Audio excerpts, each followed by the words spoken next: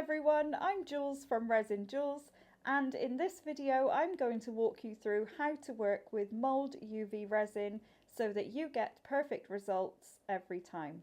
Mouldd UV resin is perfect for jewellery, intricate moulds and coating air dry clay. Our UV resin is incredibly popular as it cures in 2 minutes under a UV light and is very easy to work with. Inside each kit you'll receive the 200ml resin bottle, a pair of nitrile gloves and a pouring lid. It is possible to colour UV resin with mica powder, pigment pastes and glitters.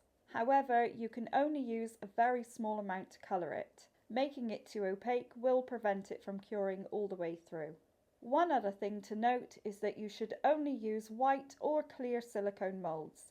Using a dark colour mould will prevent the UV light from going all the way through. We also recommend a UV light of around 24 to 48 watts. Anything less than this will need a longer curing time. To demonstrate how to use our UV resin, I will be making 3 different pendants today.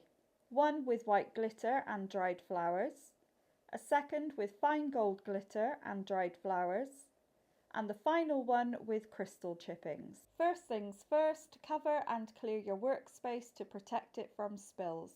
A silicone mat or plastic tablecloth works perfectly.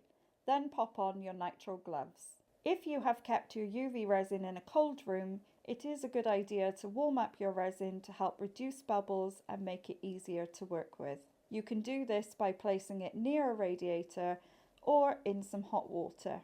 I have laid out my 3 pendants and I'm going to start by doing a totally clear base layer with UV resin. You can see I do a little drop of UV resin in each pendant, then spread it out with a silicone or wooden stirrer. I then place them under a UV light for 120 seconds to cure this first layer. Note the metal casing can get hot under the UV light. Then I do the exact same process again for the second layer, but this time I mix in my colours and also add my dried flowers.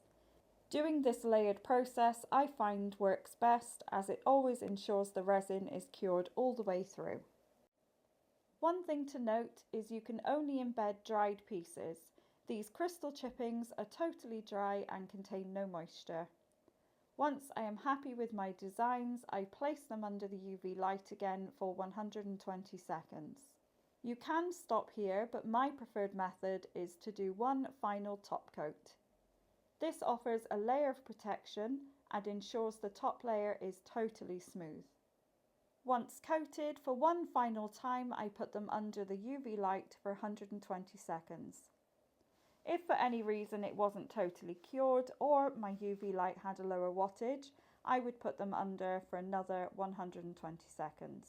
These pendants are now totally finished and I think they look absolutely adorable.